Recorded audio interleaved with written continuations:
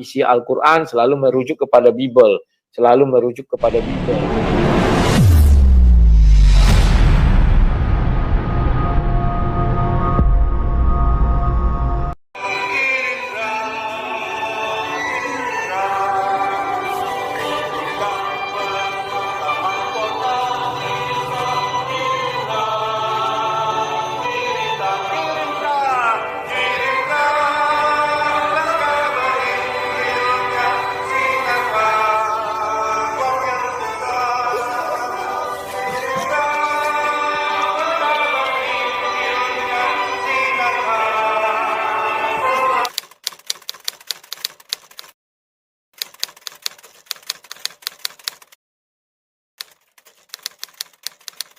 Tema kali ini saya dengan Bang Rudi Yohanes adalah mana di antara kedua kitab yang bisa dipercaya.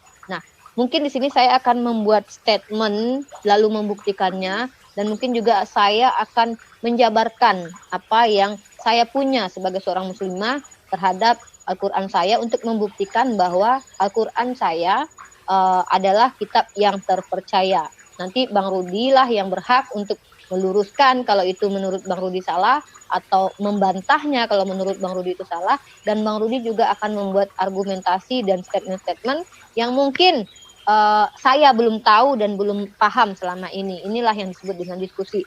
Oke, temanya sesuai dengan tema manakah kitab suci yang dipercaya. Kalau di dalam perspektif Islam, kami umat Islam, kenapa saya pribadi tanpa membawa orang lain, tidak mewakili semua umat Islam, ini mewakili pribadi saya, kenapa saya bisa percaya kepada Al-Quran? Jangan saya masuk ke dalam dulu, tetapi ini adalah sebuah kitab suci yang datang menginformasikan sesuatu kepada saya.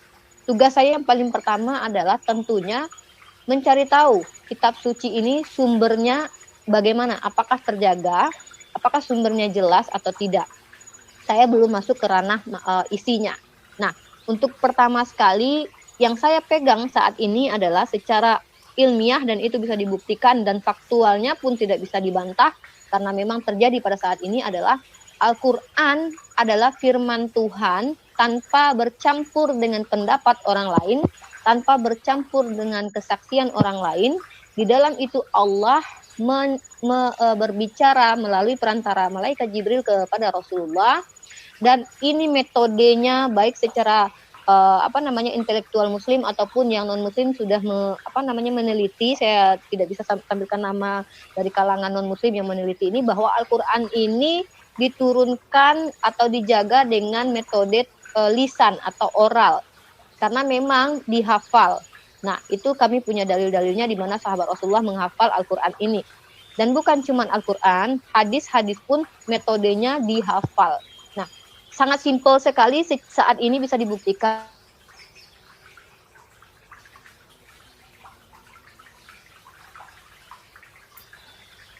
Halo Uni. Apakah Al-Quran susah dihafal? Tidak. Halo? Tes, sinyalnya bermasalah barusan. Iya, tadi halo? Sempat itu sebentar. Terus saya kedengaran?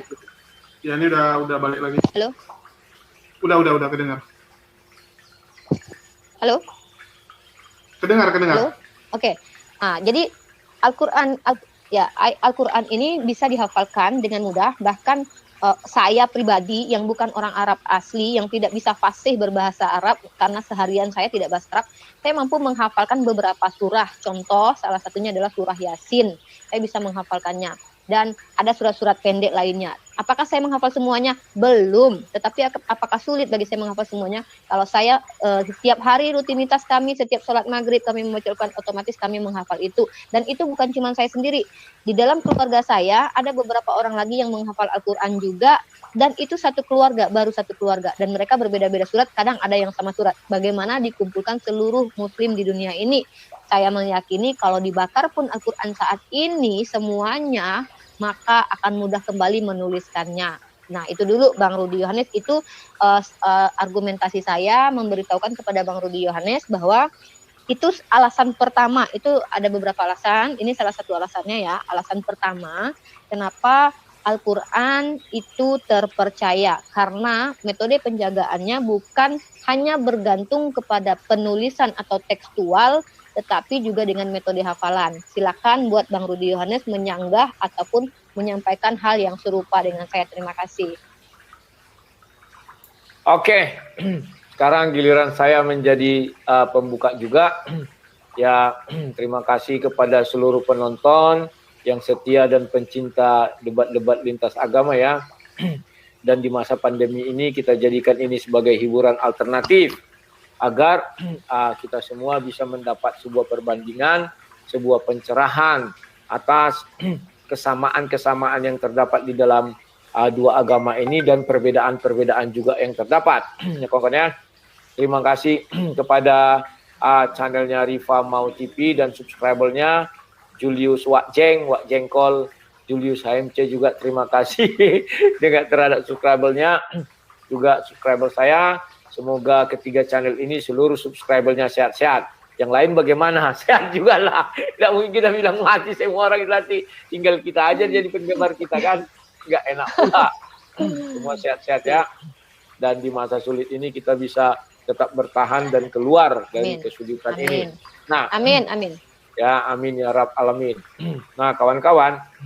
Nah, kalau ditanya saya mana kitab suci yang bisa dipercaya karena saya orang Kristen, ya tentu saya mengatakan Bible itulah kitab suci yang paling bisa dipercaya. Kenapa demikian? Kalau saya meminjam istilah saudara-saudara Muslim, mereka mengatakan bahwa Taurat dan Injil terdapat di Al-Quran, tetapi Al-Quran tidak terdapat di Bible ya.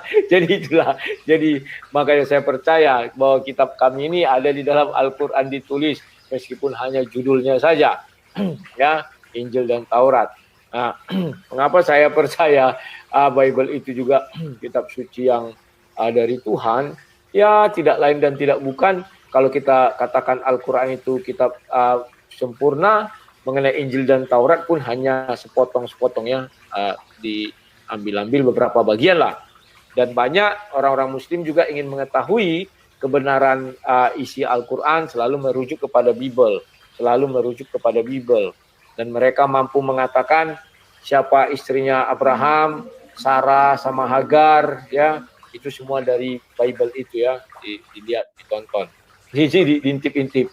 Nah, kawan-kawan, saya harap diskusi malam ini Rifa nanti bisa menjelaskan secara Islamnya dan saya tetap pada pendirian saya secara kekristenan ya, dan nanti kita bisa beradu argumen setelahnya ya, tidak masalah. Oke, itu pembukaan dari saya biar kita lebih banyak diskusi. Silakan HMC Giring. Oke ya, jadi ini udah dikeluarkan ya masing-masing statement dari masing-masing debater di sini ya. Dimana ya kita doain semua penonton ya, semua sehat, COVID ini bisa cepat selesai. Oke, sebagai pembukaan mungkin saya akan memberikan kesempatan kepada Uni Rifa untuk bertanya ya, untuk dimulai pertanyaannya kepada debatman ya. Nanti debatman yang jawab, setelah dijawab langsung diberikan pertanyaan dari debatman. Silakan Uni Rifa. Ya, terima kasih. Tadi saya sudah menyampaikan alasan kenapa saya berani mengatakan bahwa Al-Quran itu terpercaya, karena secara alamiah dan ilmiah, dan ini secara logika, Al-Quran ini dijaga dengan cara penghafalan. Nah, maksudnya bukan masalah isinya dulu ya, terlepas dari nanti teman-teman Kristen tidak percaya bahwa itu datang dari Allah dalam artian benar-benar malaikat yang datang. Terlepas dari itu dulu ya, ini bukan masalah teologis tetapi masalah sumbernya atau masalah akademis, apakah sumber ini otoritasnya benar-benar sesuai dari pengakuannya itu berasal dari seseorang yang bernama Rasulullah Muhammad SAW. Maksudnya begitu. Karena kita membicarakan kitab yang ada 1000 kurang lebih 400-an tahun yang lalu bicara tentang Al-Quran.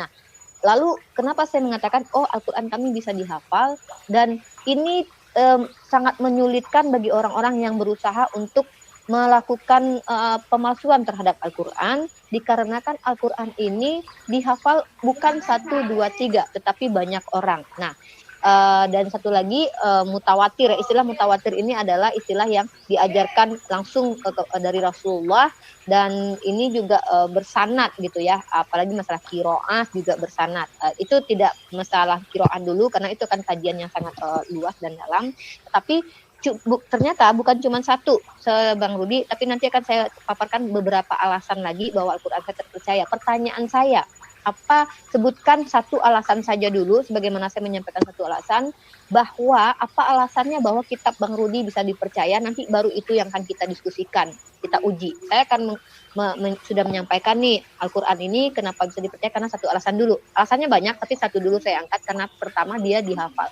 Lalu Bang Rudi, bisakah Bang Rudi memberitahukan kepada saya apa alasan Bang Rudi meyakini bahwa kitab Bang Rudi ini benar-benar terjaga dari sumber ring satunya, yaitu Yesus alaihissalam. Silakan Bang Rudi.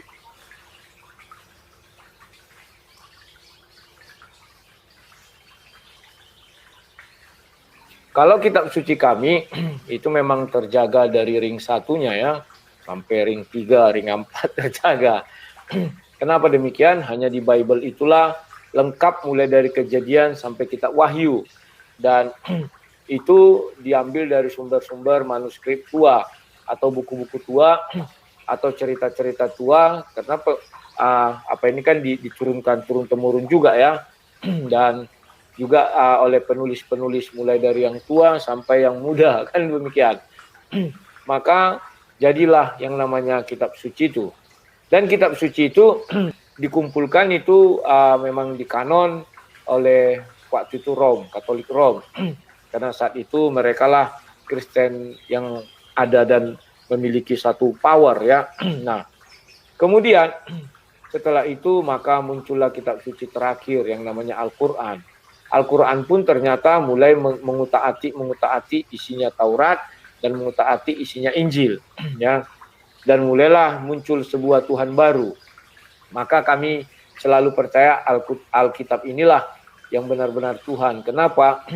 Dari zaman penciptaan Adam menyambung terus rentetan peristiwanya, ceritanya ada. Dan kalau dicocokkan dengan sejarah yang ada di dunia ini, boleh dikatakan bagi data penemuan-penemuan yang sahih itu, atau yang penemuan yang apalah ya, yang misalnya tentang ini ada penemuannya dan dicocokkan betul ya. Dan di dalam sejarah dunia pun selalu dicatatkan itu ya. Contoh bahwa ada seorang namanya Yesus yang memang disalib ya. Nah, itu berjalan terus sampai munculnya Al-Quran ya. Artinya bahwa kitab suci kami apakah terjaga? Ya, terjaga. Sebab mulai dari zaman Kejadian di situ jelas tentang penciptaan langit dan bumi ya. Sampai kami sekarang hidup membaca itu yang jadi Kejadian itu. Itulah bedanya dengan di Al-Quran. Di Al-Quran tidak berani Allah SWT menjelaskan apa hari pertama, kedua, ketiga, masa pertama, kedua, ketiga, sampai ke-8 itu. Atau ke-7 ya. Tidak ada yang disulitkan di dalam Al-Quran. Jadi itulah kebanggaan kami bahwa hanya Bible yang berani menyebutkan itu. Ya. Dan mengenai proses penjagaannya, kami pikir Tuhan menjaga semua kitabnya.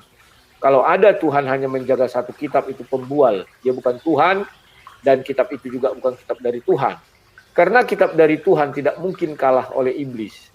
Apalagi oleh manusia yang lebih rendah daripada iblis ya. Iblislah penguasa alam kejahatan. Nah, kalau ada cerita bahwa Bible kami itu tidak terjaga, itu juga sebuah cerita bohong. Kenapa saya katakan cerita bohong? Buktinya sampai sekarang Bible itu ada dan dibaca semua orang, ya kan? Dan itu dari ribuan tahun yang lalu, puluhan ribu mungkinnya kalau dari zaman Adam. Dan kami juga tidak perlu bersusah payah itu mau dibakar semuanya, mau diapa. Memang zaman dahulu nggak hilang, kan hilang. Nah, kalau nanti di dalam perjalanannya muncul kitab suci yang baru lagi, saya percaya akan ditemukan lagi. Kalau benar itu asli, kan akan ditemukan lagi manuskrip atau tulisan-tulisan tuanya ya. Dan kalau ditambahkan nanti di dalam Bible, menurut saya itu sah-sah saja ya. Nah, cuman saya belum menemukan apakah Al-Quran nanti akan ditemukan lagi apa cerita sesungguhnya, ataukah yang itu memang sudah 100% cerita sesungguhnya ya. Kita juga tidak tahu, halau alam, karena ini semua bumi belum digali ya. Mana tahu ada tertimbun di tanah, di apa segala macam. Ya itu yang bisa saya jawab Uniripa. Dan apakah saya langsung bertanya atau bagaimana? Kita ganti-gantian. Tunggu. Poin bisa dikerucutkan poin alasan Bang Rudi mempercayai kitab ini tidak tetap betul-betul sama persis seperti yang ada di tangan Musa dan ada di tangan Yesus. Apa alasannya yang paling? Karena Bang Rudi menjelaskan tadi kan agak banyak poinnya. Kalau saya kan karena dia bisa dihafal. Nah, poinnya dari Bang Rudi apa? Biar saya catat dulu. Tadi kan sudah saya jelaskan bahwa ya, di tapi Bible maksudnya poinnya.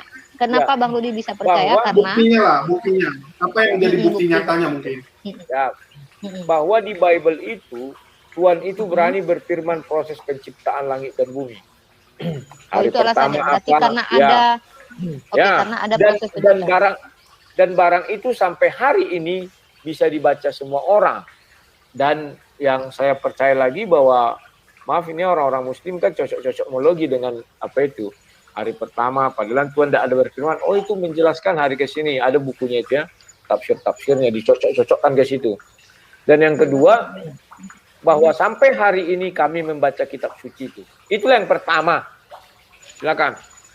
Oke, berarti ada 2 poin ya. Di sini pertama karena ada proses kisah penciptaan bumi, kemudian karena masih kalian baca sampai saat ini, begitu? Ya. Oke, artinya apapun logikanya Bang Rudi, kalau dia masih bisa dibaca, berarti pokoknya itu benar aja gitu ya. Kurang lebih begitu ya Bang Rudi ya? Ya, ini saya ada masalah ini kayaknya. Tunggu ntar. Karena kami beriman kepada kitab itu, ya harus kami percaya dong.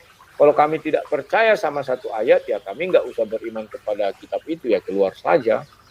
Gitu, silakan. Ya, siap. Oke, terima kasih sebelumnya. Nanti saya tidak perlu membantah alasan ini ya, karena Bang Rudi juga tidak membantah alasan saya bahwa Al-Quran bisa dihafal. Kalau kecuali Bang Rudi membantah, baru kita akan lanjutkan tema tentang diskusi tentang Al-Quran bisa dihafal. Aku udah bisa membantah, Arifah. Berarti enggak, saya ini dulu.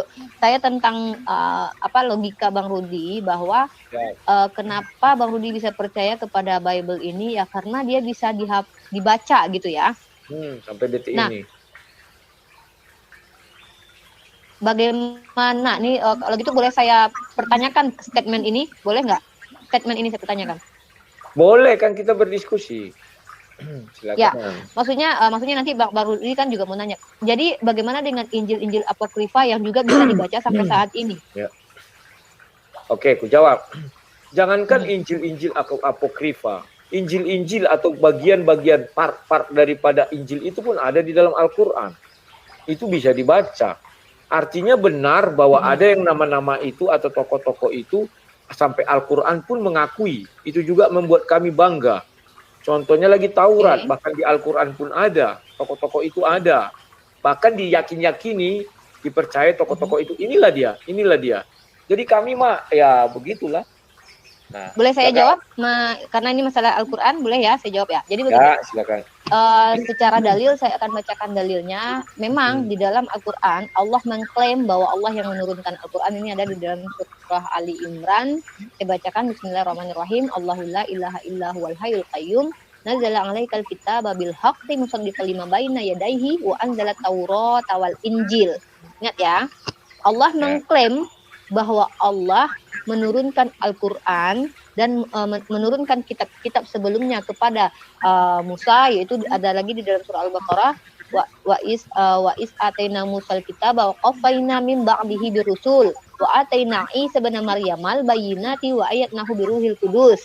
Artinya Nabi Musa juga adalah orang yang memiliki diberikan kitab Taurat, dan juga Nabi Isa juga adalah seorang rasul. Artinya mereka memiliki seperti Nabi Muhammad ya, nabi. Kami mengimani itu. Bahkan kami diperintahkan untuk percaya, dan ini ada di dalam surah Al-Baqarah pertama, bahwa kami diperintahkan untuk beriman kepada kitab-kitab sebelumnya dan beriman kepada Al-Quran. Nah, perspektif iman ini yang mungkin disalahpahami oleh teman-teman Kristen. Di dalam Islam, kami mengimani banyak hal, bukan cuma kitab sebelumnya. Kami beriman tentang hal-hal yang gaib. Kami percaya bahwa Al-Quran itu, bukan Al-Quran ya, ini kami percaya bahwa Taurat diturunkan kepada Nabi Musa itu sempurna untuk Bani Israel. Injil diturunkan sempurna untuk Bani Israel juga. Kami percaya itu. Dan juga kami percaya bahwa Allah juga mengutus nabi-nabinya Musa dan Isa untuk memberi pencerahan atau menyampaikan firman kepada Bani Israel. Kami percaya itu. Tapi bukan percaya sebagaimana yang diyakini teman-teman Kristen bahwa harus menjadikan Injil dan Taurat yang ada saat ini untuk panduan beribadah kami.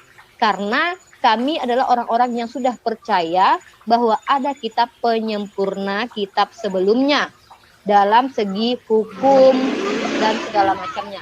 Dan kami percaya bahwa ada nabi setelah Nabi Musa dan Isa sebagai penutup nabi atau khataman nabiyyin.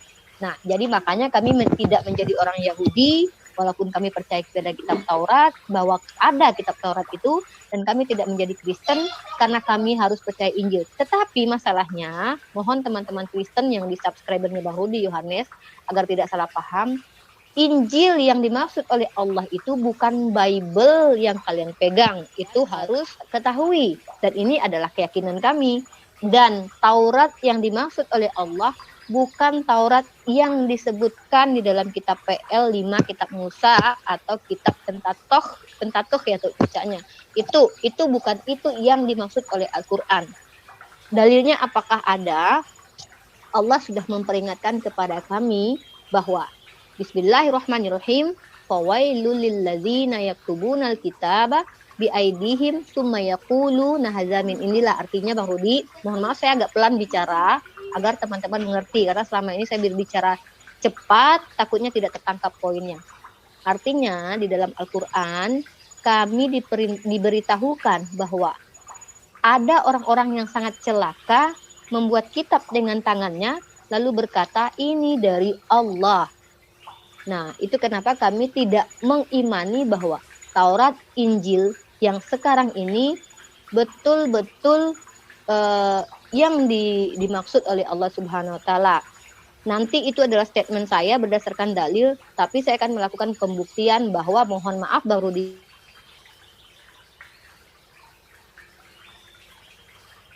Ulang lagi. Halo? Halo? Iya, tadi Kedengaran mohon maaf. saya? Tadi hilang waktu mohon maaf apa? Nggak terdengar. Maaf apa? Mohon maaf kepada Bang Rudi Yohanes, saya harus menyampaikan statement ini sebagai seorang muslimah. Kitab yang Abang pegang sekarang ini, menurut keyakinan kami sudah dikorup.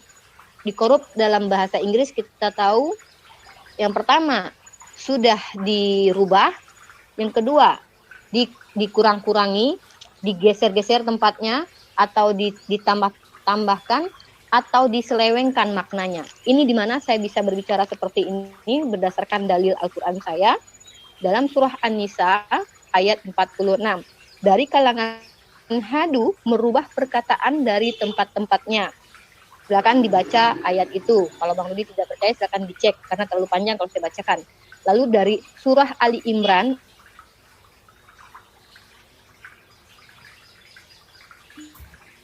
Hilang lagi.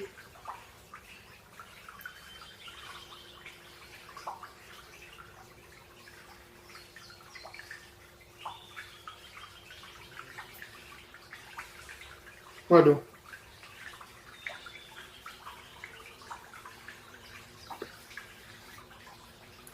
Halo Uni.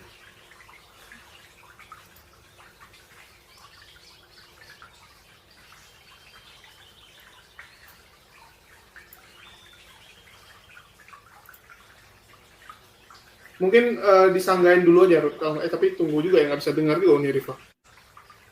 Ya. Tunggu, coba aku telepon dulu. Sudah masuk itu? Belum. Belum masuk. Oke, nggak apa-apa. Nah, sambil menunggu beliau kan, kita apa dulu lah, ndak? Bernyanyi dulu. Biasanya lu kencing kan lama, mungkin kencing dulu. Bernyanyi. Atau kita putar lagu aja biar kena dolar merah semua kita. Jangan dolar merah. Karena kan tadi Rifa kan sudah melantunkan ayat-ayat suci Al-Quran. Aku nyanyi lah dikit. Enggak, Julius. Oh, udah Mirip masuk. lu aja lu mau nyanyi-nyanyi. Oke, ini udah balik Uni Rifa. Ya, tadi terputus Uni. Ya, tadi ada hal yang tidak Bang Rudi mengerti dari apa yang saya sampaikan.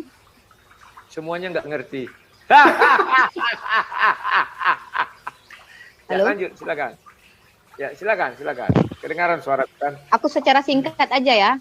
Secara Ya, silakan. singkat aja ya, aku kerucutkan ya. Ya. Kami umat Islam berkeyakinan bahwa kitab yang Abang pegang sekarang bukan berarti semuanya mutlak tidak, tetapi ada hal-hal yang terjadi perubahan terhadap kitab itu, nanti saya akan buktikan. Yang kedua, terjadi penyelewengan makna dalam kitab itu, nanti saya buktikan. Yang ketiga, terjadi adanya ayat yang ditambahkan, ayat yang dikurangkan, artinya secara garis besar dikorup ya. Nah, itu nanti ini statement saya berdasarkan dalil Al-Qur'an saya yang saya sebutkan tadi, dan nanti saya akan melakukan pembuktian. Nah, silakan Bang Rudi tanggapi. Terima kasih. Oke, terima kasih Rifa. Apa yang Rifa jelaskan itu sebenarnya itu menurut saya hanyalah pembenaran. Ya. Tunggu. Ya, mungkin saya Apa kasih kok? ini aja. Ini Rifa. Jadi Kalau diam bisa aja Bang Rudi ini.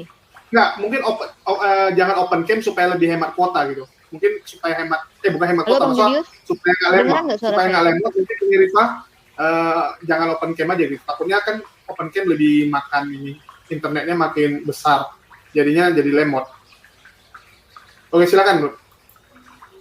Oke, terima kasih.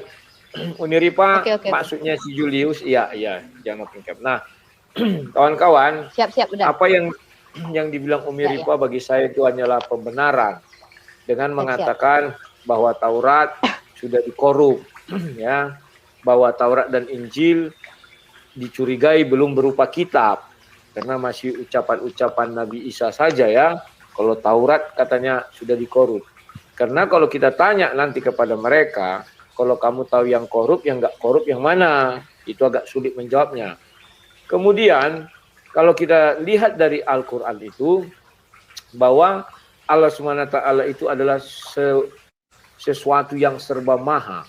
Ya. Tidak mungkin Allah hanya menjaga satu kitab saja. Ya. Pasti dia menjaga seluruh kitabnya. Karena visi dan misi Tuhan disimpan di sana. Nah, kalau ada sanggahan atau anggapan bahwa Injil itu belum ditulis, apa yang mau diubah? Arti merubah itu adalah karena dia sudah ditulis, kemudian dirubah.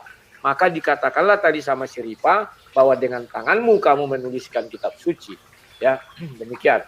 Nah, kalau misalnya Rifa masih meragukan Taurat dan Injil yang di dalam Al-Quran, ya itu sah-sah saja.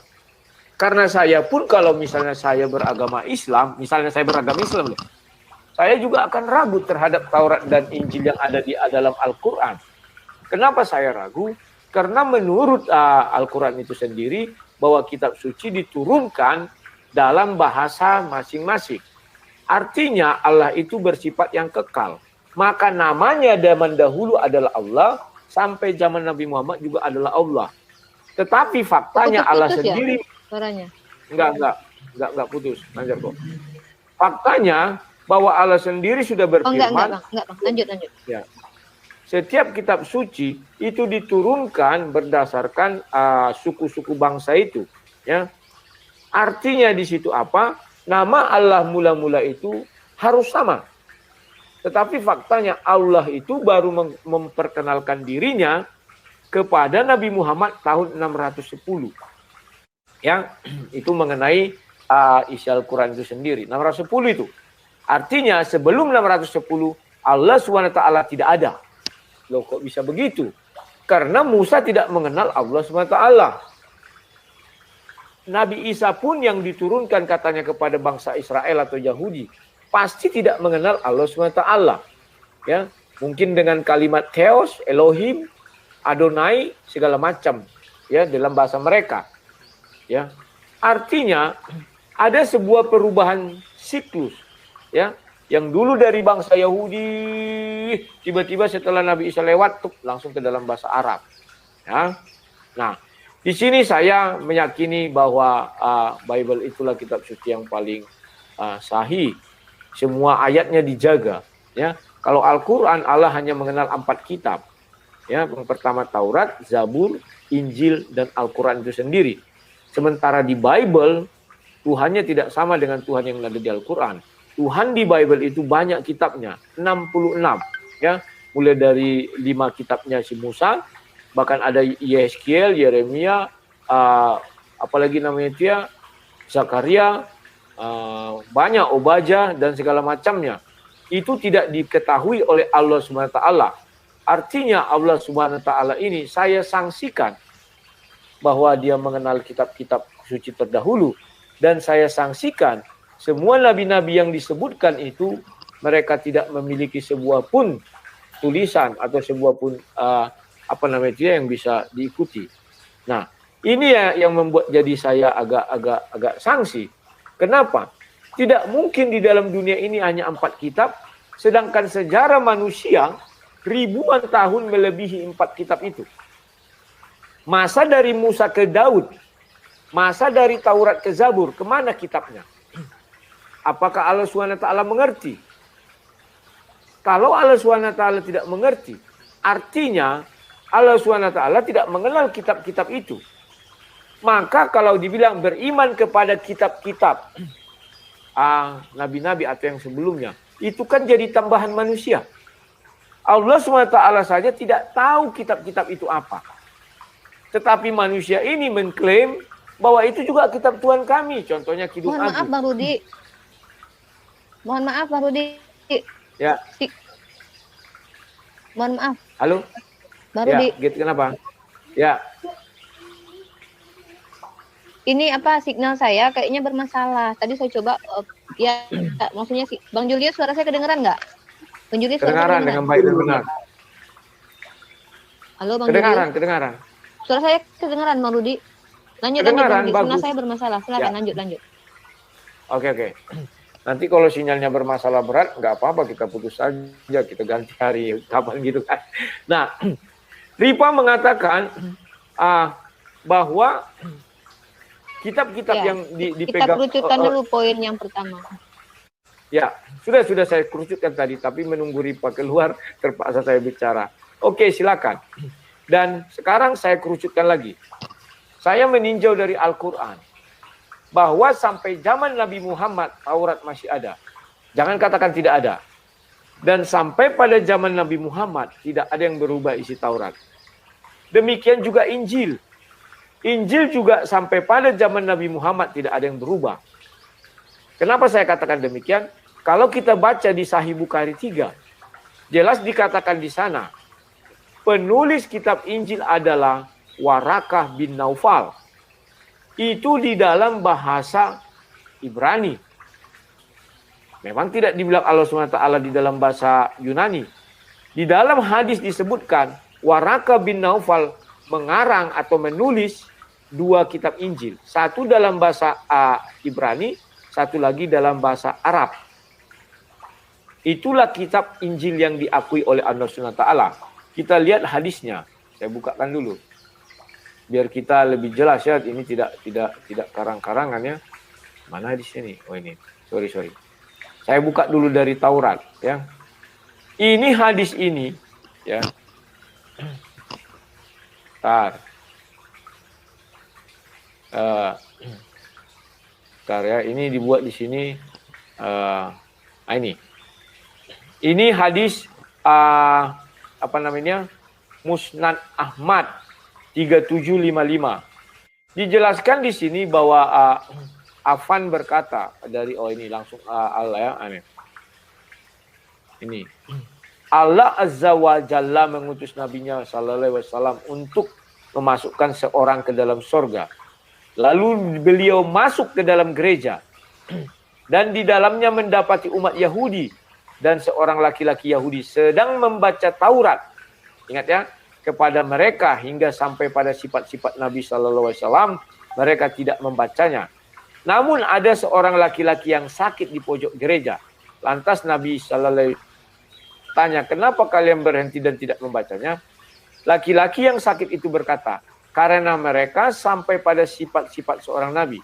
Kemudian laki-laki itu merangkak hingga dapat mengambil Taurat, lalu membacanya hingga sampai pada sifat-sifat Nabi Sallallahu Alaihi Wasallam dan umatnya. Dia berkata, ini adalah sifat-sifat engkau dan sifat-sifat umatmu. Aku bersaksi, tidak ada ilah kecuali Allah dan engkau adalah Rasulullah. Kemudian laki-laki itu meninggal. Lantas Nabi Muhammad SAW berkata kepada para sahabat, bantulah saudara kalian. Ya, artinya di situ jelas bahwa Taurat itu belum diubah. Hanya mereka tidak membacakan bagian sifat-sifat Nabi. Mohon dipahami. Nah, sekarang saya coba mengutip yang namanya hadis hadis Bukhari. Ya, ini Bukhari. Sebentar, yang 3. Saya buat. Nah, perlu dipahami di ayat 3 ini orang muslim banyak yang tidak tahu siapa sih penulis Injil Nabi Isa. Di sini dijelaskan bahwa yang menulis Injil Nabi Isa ini Waraka bin Naufal bin Asad bin Abdul Uzza, putra paman Khadijah yang beragama Nasrani di masa jahiliyah. Dia juga menulis buku dalam bahasa Ibrani, juga menulis kitab Injil dalam bahasa Ibrani dengan seizin Allah. Artinya, pada zaman Nabi Muhammad pun Injil masih ada, belum ada yang merubah. Dan yang menulis itu dengan tangannya manusia, itu adalah Waraka bin Naufal, dan itu atas seizin Allah SWT. Tidak ada yang tidak seizin Allah SWT. Kemudian kita lihat ayat penguatnya di sini, hadis Sahih Bukhari 4572. Di sini jelas dikatakan bahwa Waraka, Waraka itu juga menulis yang namanya kitab ini. Dia menulis dari kitab Injil dengan bahasa Arab. Ya. Jadi kalau ada fitnahan atau tuduhan orang muslim kepada orang Kristen, itu tidak beralasan. Tetapi kalau tuduhan orang muslim kepada Nasrani dan Yahudi, juga tidak beralasan. Kenapa tidak beralasan? Kita sudah buka hadisnya. Bahwa ketika zaman Nabi Muhammad, Taurat masih dibacakan oleh orang lumpuh itu, Nabi Muhammad tidak ada mengatakan itu salah. Hanya saja dibacakan tidak sampai kepada sifat-sifat Nabi dan pengikutnya. Artinya itu sahih, benar. Tidak dibantah Nabi Muhammad. Kemudian, Injil pun ternyata ditulis tangan oleh Waraka bin Naufal yang mengangkat atau yang menunjuk atau yang menggenapi atau yang mengatakan, ini loh Nabi. Waktu itu kan Muhammad datang kepada Waraka. Khadijah tidak tahu apa yang terjadi. Waraka lah yang mengatakan, ya, beliau adalah seorang nabi, demikian ya. Nah, di situ jelas dituliskan bahwa Injil itu ternyata ditulis oleh Waraka bin Naufal. Bukan oleh orang Yahudi, bukan oleh orang Nasrani, tetapi oleh Waraka. Ya, yang memang Nasrani maksudnya, bukan orang Kristen, sorry. Yang orang Nasrani itu.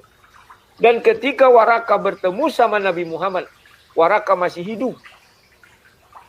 Nabi Muhammad baru diangkat menjadi nabi. Tetapi sialnya Waraka matanya buta. Sehingga tidak bisa melihat Nabi. Andai kata Nabi Muhammad, Khadijah memperkenalkan diri bahwa yang datang bersamaku adalah Muhammad, saya percaya Waraka bin Naufal akan menolak kenabian Muhammad. Kenapa demikian? Karena surah 61 ayat 6 jelas dikatakan Nabi Isa bernubuat, akan datang Nabi setelah aku yang bernama Ahmad, bukan Muhammad. Buka kurung tutup kurung Muhammad itu ayat tambahan. Ditambah oleh penerjemah agar benarlah bahwa Muhammad yang dikatakan. Sekalipun di hadis ada 10 nabi Muhammad dengan gelar-gelarnya, itu tidak berlaku. Apa faktanya bahwa yang nabi yang dimaksud itu bukan itu? Kita lihat ketika peristiwa Isra dan Mi'raj. Malaikat Jibril pun tidak dikenal oleh malaikat surga. Padahal mereka sama-sama berasal dari surga. Padahal Jibril adalah ibaratnya tangan kanan Tuhan. Ketika masuk ditanya, siapa bersamamu? Artinya malaikat pun tidak mengenal Nabi Muhammad. andai kata itu Ahmad yang dinubuatkan oleh Nabi Isa, pasti malaikat langsung mengenal, oh ya Ahmad datang. Kan demikian. Faktanya adalah malaikat tidak mengenal. Dan tidak mungkin Allah SWT tidak mengetahui nama Muhammad. Sehingga Nabi Isa tidak mengucapkan Muhammad, tetapi Ahmad. Kalau sampai itu yang terjadi, artinya Allah SWT tidak maha mengetahui. Apa sih sulitnya Allah SWT mengucapkan Muhammad? Tidak ada yang tidak bisa bagi Allah. Semuanya bisa. Ini bukan asumsi loh. Ayat-ayatnya sudah saya kasih, hadis-hadisnya sudah saya kasih. Ya, itu yang bisa saya tambahi. Silakan Rifa, kalau ada yang mau diapakan. Oke, sebenarnya saya pengen mengkerucut maksudnya bukti secara ilmiah kitab Bang Rudi ini bagaimana terpercaya, tapi Bang Rudi udah jawab ya.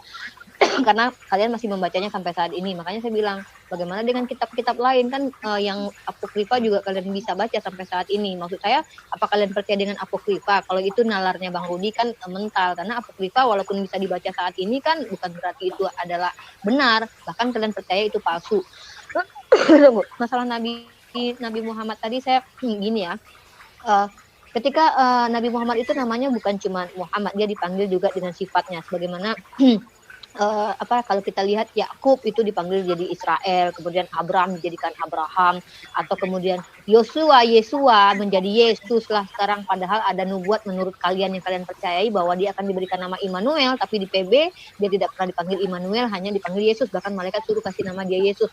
Ini kalau komparasinya Bang Rudi, justru Bang Rudi yang akan sedih ya, karena justru Tuhannya Bang Rudi yang lucu, udah dinubuatkan namanya akan jadi Immanuel, tapi dia nggak pernah dipanggil jadi Immanuel di dalam PB, justru dipanggil Yesus dan malaikat suruh dia kasih nama Yesus, kan lucu.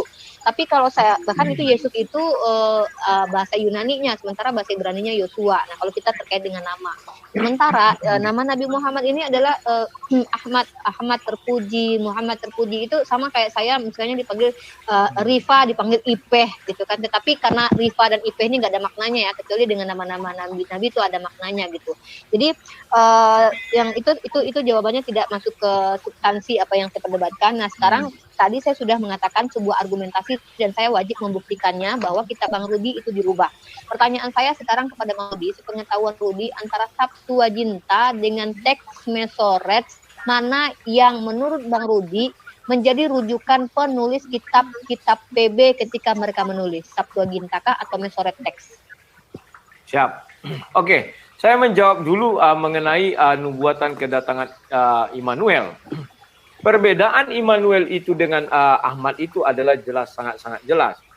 Immanuel itu memang diucapkan di zaman Nabi Yesaya itu ya, Yesaya 7 ayat 14. Dan ketika malaikat itu datang kepada Maryam, itu malaikat langsung yang menyampaikan, itu bedanya. Tetapi ketika malaikat Jibril datang kepada Nabi Muhammad, itu tidak dikatakan dia bahwa dia si Ahmad. Ya, ketika lahirnya tidak dikatakan inilah kamu akan mengandung seorang nabi, kalau mau disamakan dengan Yesus ya. Yesus itu malaikat langsung menyampaikan kepada Maria bahwa engkau akan mengandung seorang juru selamat. Ya, namanya, beri dia nama Yesus katanya kepada Yusuf. Sementara Nabi Muhammad tidak ada malaikat datang kepada ibu bapanya Nabi Muhammad. Kalau mau diapakan apple to apple. Bahkan kita pun tidak tahu siapa nama ayahnya si Ahmad, siapa namanya ibunya si Ahmad. Ini sangat meragukan, tidak bisa dibilang apple to apple ya. Dan malaikat hanya berjumpa dengan Nabi ketika sudah dewasa, umur 40 tahun, dan Nabi melakukan sebuah ritual keagamaan di dalam goa. Ya, kalau kita baca di di Sahih Bukhari 3 itu kan dijelaskan ritual keagamaan. Nah, oke. Sekarang apa dasar orang Muslim mengatakan Al-Quran itu kitab suci yang benar-benar kitab suci? Sedangkan mereka hanya memiliki manuskrip yang ada di Birmingham. Tidak lebih dari berapa ayat. Artinya ayat di luar di kitab Birmingham itu palsu. Apakah kita mau katakan demikian? Kan tidak. Kalau merujuk kepada fakta ilmiah. Dan di Birmingham itu katanya ditemukan itu sejak tahun 568 Masehi. Sementara Nabi Muhammad lahir 570. Unik, ya kan? Itu baru lahir loh, belum diangkat menjadi nabi. Baca saja literasi dari Birmingham itu. Sementara kalau orang Kristen, tulisan-tulisan tua, pergi saja ke Vatikan, lihat banyak situ. Ada yang sudah dipublikasikan, ada yang belum dipublikasikan. Dan bagaimana dengan kitab-kitab misalnya Thomas dan Barnabas? Ya, saya tidak ikut di dalam penulisan atau penggabungan atau namanya kanonisasi. Sehingga saya tidak bisa berkata apa-apa. Dan sudah sifat seorang yang beriman atau seorang pengikut, apa yang di hadapannya itulah yang dia imani. Kalau tidak mau, keluar. Kan itu intinya kan. Keluar, ciptakan agama baru, ambil kitab baru. Selesai. Dan itulah yang terjadi dari dulu kala sampai sekarang. Bukan berarti ya imani saja, tidak demikian juga. Kita bisa berbicara tentang isi yang ada sekarang sesuai nalar atau sesuai logika. Nah itu. Sekarang disuruh saya memilih antara Setioginta dan yang kamu bilang itu. Saya tegaskan bahwa saya adalah Kristen Indonesia. Bahwa saya beriman kepada Bible yang ditulis dalam bahasa Indonesia itu. Bahwa saya beriman kepada kitab suci yang saya pegang. Yang Bible yang sering dibaca orang itu. Saya tidak mau tahu itu dari Septuaginta mana, dari mazhab mana, atau dari Rasul siapa, nggak peduli saya. Kenapa saya tidak peduli? Karena saya percaya sama apa yang saya imani. Kalau saya tidak percaya, ya benar, saya keluar. Baru saya serang kitab itu, seperti Ripa katakan. Kita bicara keimanan loh ya sekarang ya. Itulah orang beriman. Sama dengan Ripa ketika mempercayai dari Al-Quran. Al-Quran sudah mengatakan bahwa Maryam, ini rahasia yang belum banyak diketahui orang Islam ya. Maryam itu hidupnya hanya di dalam Al-Quran. Baca surah 19 ayat 16. Kekeliruan orang selama ini mengira Maryam itu hidup di zaman Yesus. Atau abad 1 atau tahun 1. Tidak.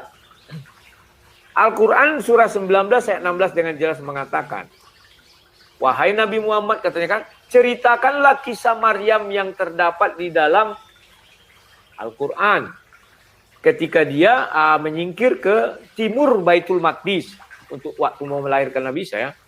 Itu ayat 16. Kemudian cerita itu dimulai di ayat ke-22. Ini mungkin karena sifat bahasa Arab dari kanan ke kiri, bukan dari kiri ke kanan. Dari belakang ke depan, bukan dari depan ke belakang. Kalau kalimat ceritakanlah artinya sudah ada.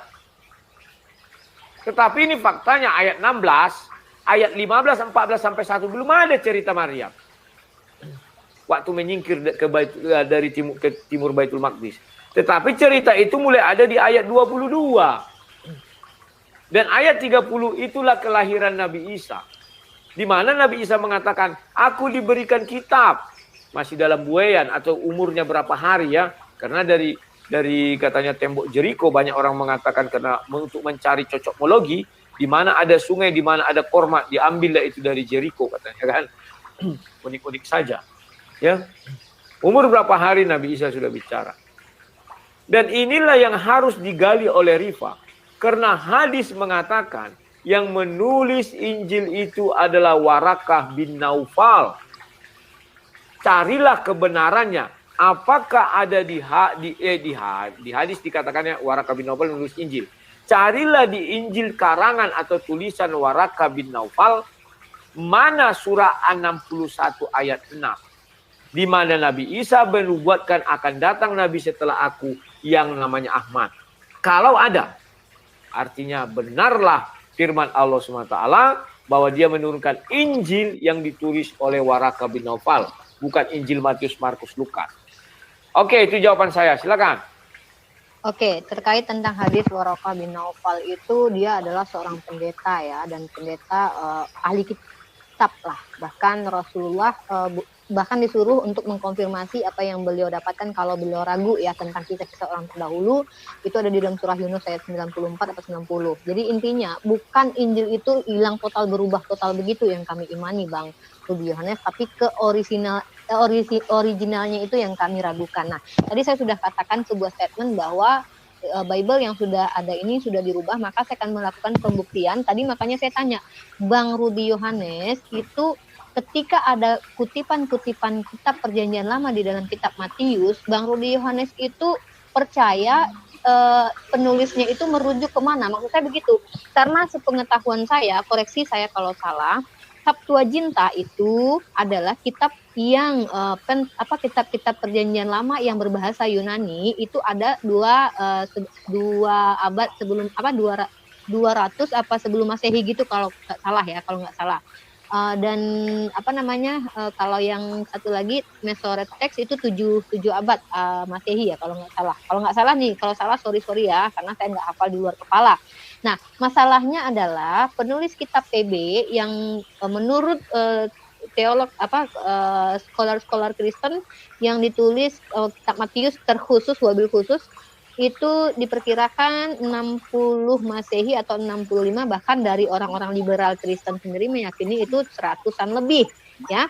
Nah, jadi pengutip kitab PB ini yang membuat kitab baru ini itu kitab PB yaitu kitab Matius yang kata Bang Rudi adalah Injil yang benar-benar Injil, dan itu kami yakini bukan Injil yang diturunkan kepada Nabi Isa alaihissalam, dalam artian itulah yang benar-benar murni firman Tuhan. Mengutip kitab Perjanjian Lama Bang Julius bisa ditampilkan Matius 2:15. Bang Julius atau Bang Rudi bisa share screen, tapi tetap aja kalau share screen Bang Julius yang ini kan sudah dibukanya. Oke. Matius 2:15. Apa di situ? Pakai aja alkitab.me itu Julius. Oke. Aku share screen aja lah. Oh ya udah itu. Matius 2 Oke. ayat berapa? 2:15. Ya. Nah, saya akan membacakan di situ ada pengutipan kitab Perjanjian Lama di situ. Dan tinggal di sana hingga Herodes mati, hal itu terjadi supaya genaplah yang difirmankan Tuhan oleh Nabi, dari Mesir kupanggil anakku. Ini kalau kita lihat paralel ayatnya itu menyambung ke kitab Hosea 11 ayat 1. Benar ya? Nah, coba Bang Julius bukakan Hosea 11 ayat 1 versi Masoret Text dengan artinya sekaligus. Hosea Masoret Text dulu. Hosea 11 ayat 1 yang berbahasa Ibrani atau Masoret Text. Saya kasih linknya aja sama Bang Julius bentar ya. Saya TWA dulu bentar. Ya. Biar nggak lama. Julius dia sambil makan durian dia. Kalau enggak makan jengkol ya. Wak jeng. Bentar. Mana ya saya bentar. Saya kasih link Septuaginta biar cepet. Wah, Labu nih kalau nggak ada fitnya sehari nggak bisa hidup lah. Lu nggak bikin Alkitab versi sendiri? Tanpa lagi buat. Lu kok nggak buat? Ya dia kan mau menyaingi Quran, kau pun goblok kali. Aduh. Itulah, kau jangan mau kalah. Kau kan biasa nggak mau kalah sama dia. Aku tidak mau melebihi Allah SWT, kan udah aku bilang dari dulu. Dan aku percaya kitab itu kan. Nggak mau aku. Slow aja. Mana si Ripa kok udah tenggelam? Udah muncul lagi. Oh ya. Udah kayak jelangkung dia. WA kirim link Septuaginta kepada Bang Julius, makanya aku kepental. Jadi aku nggak cuman asumsi ya. Nah, jadi Bang Rudi agar Bang Rudi paham maksud saya begini ya. Di dalam kitab Matius 2:15 ini, penulis kitab Matius mengutip kitab Perjanjian Lama. Dan ternyata kitab yang dikutip adalah kitab Hosea 11 ayat 1. Nah, kalau kita lihat di teks Septuagintanya Bang Rudi Yohanes di dalam Hosea 11 ayat 1, mana dia? 11 ayat 1 Bang Julius? Nih. Mana? Coba ditandai. Oke, kalau kita baca di situ, sorry agak kecil ya, bentar saya ini dulu. Di situ kalau diterjemahkan itu early in the morning where they cast off the king of Israel has been cast off, for Israel is a child and I love him, and out of Egypt have I called his children. Di sini dari Mesir ku panggil anaknya, his children ya. Kalau coba translatekan ke bahasa Indonesia Bang Julius biar Bang Rudi bisa baca. Ini anaknya di Septuaginta ini, dan scholar-scholar Bang Rudi mempercayai bahwa penulis kitab-kitab PB itu selalu mengutip Septuaginta, karena kalau secara tahun pembuatannya Septuaginta itu ditulis 2 abad sebelum Masehi ya, 2 abad sebelum Masehi kalau nggak salah ya. Kalau salah saya minta maaf ya.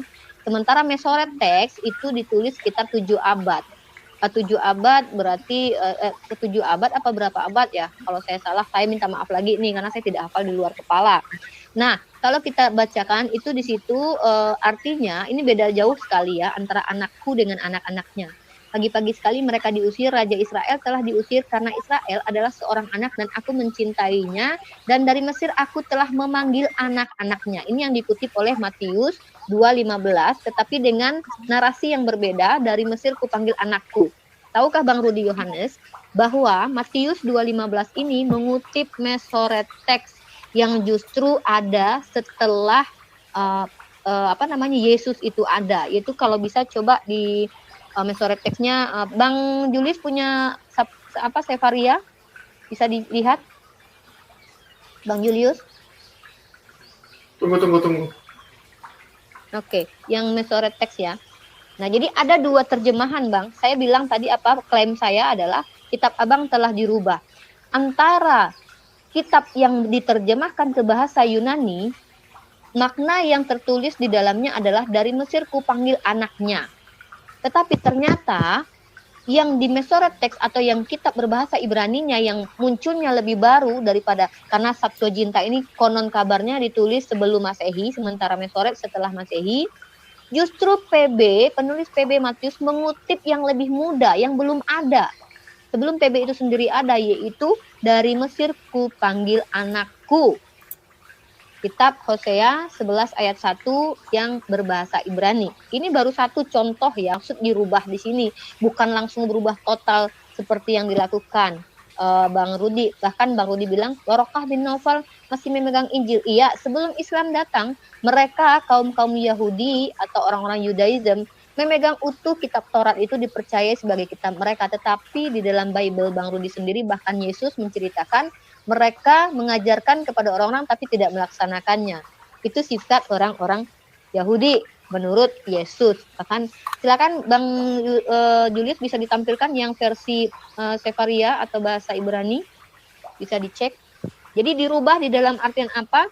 Ada perubahan antara terjemahan yang Yunani dengan terjemahan yang bahasa Ibrani saja itu makna berbeda. Dan apakah ini penting? Makna ini sangat penting karena dari Mesir ku panggil anakku dengan dari Mesir ku panggil anaknya itu tidak bisa disamakan artinya. Sangat-sangat berbeda. Anaknya dan anakku itu berbeda. Itu baru satu contoh bukti bahwa kitab Bang Rudi telah dirubah. Saya mau bertanya, manakah yang paling benar di antara Septuaginta dengan Masoret Text Bang Rudi Yohanes? Silakan dilihat dulu yang terjemahan yang Masoret Text.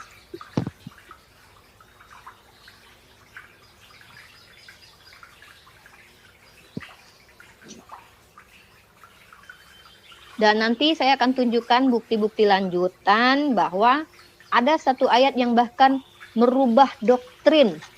Doktrin berubah gara-gara kitab ini berbeda. Bisa ditunjukkan, Pak Julius? Iya, yang Sefaria tadi udah ketunjukin. Oh, artinya maksudnya yang bahasa Indonesianya, bahasa Inggrisnya. Oh, ini. Ya, maksudnya coba my son ya, my son bukan his son ya, my son. Oke.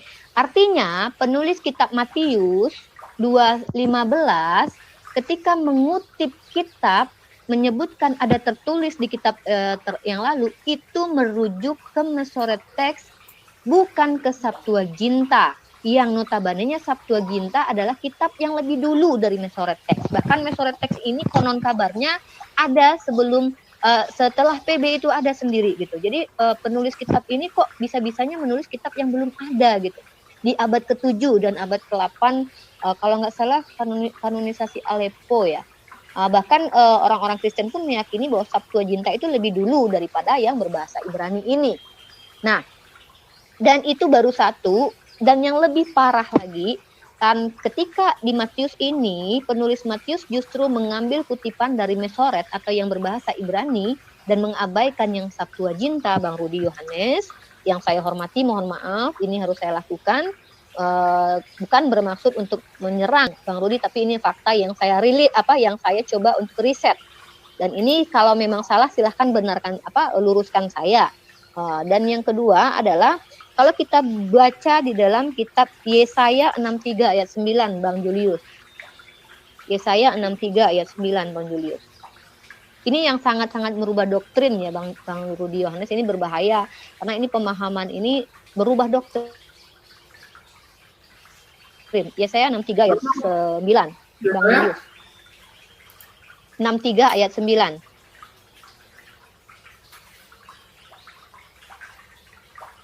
Jadi dirubah, saya mengatakan korup artinya dirubah, ada diselewengkan, ditambahi, dikurangi. Itu kan saya buktikan satu persatu statement saya. Baik, saya bacakan di sini. Dalam segala kesesakan mereka, bukan seorang duta atau utusan, melainkan ia sendiri yang menyelamatkan. Terjemahan ini menurut pendapat Bang Rudi diambil dari terjemahan mana? Tadi kita sudah tahu ya, penulis Matius merujuk ke kitab Mesoret, bukan ke Septuaginta karena berbeda. Dan menurut Bang Rudi ini Yesaya ini mengambil terjemahan dari mana? Septuaginta kah atau Mesoret? Menurut Bang Rudi. Jawab singkat aja. Enggak, jawab singkat Terima dulu. kasih. Belum. Kok belum? Enggak, saya kan enggak, ini itu saya buktikan dulu. Yang premis saya kan ada 2. Karena ini saya kan satu-satu membuat pernyataan. aja, satu-satu dulu biar jangan lari ke sana kemari. Enggak, artinya di Yesaya 639 tadi Bang Rudi, antara Septuaginta dengan Mesoret itu perbedaannya sangat luar biasa. Kat yang akan menyelamatkan, tapi di dalam Septuaginta bukan seorang duta tapi dia sendiri. Ini perbedaan dan merubah doktrin Bang Rudi Yohanes.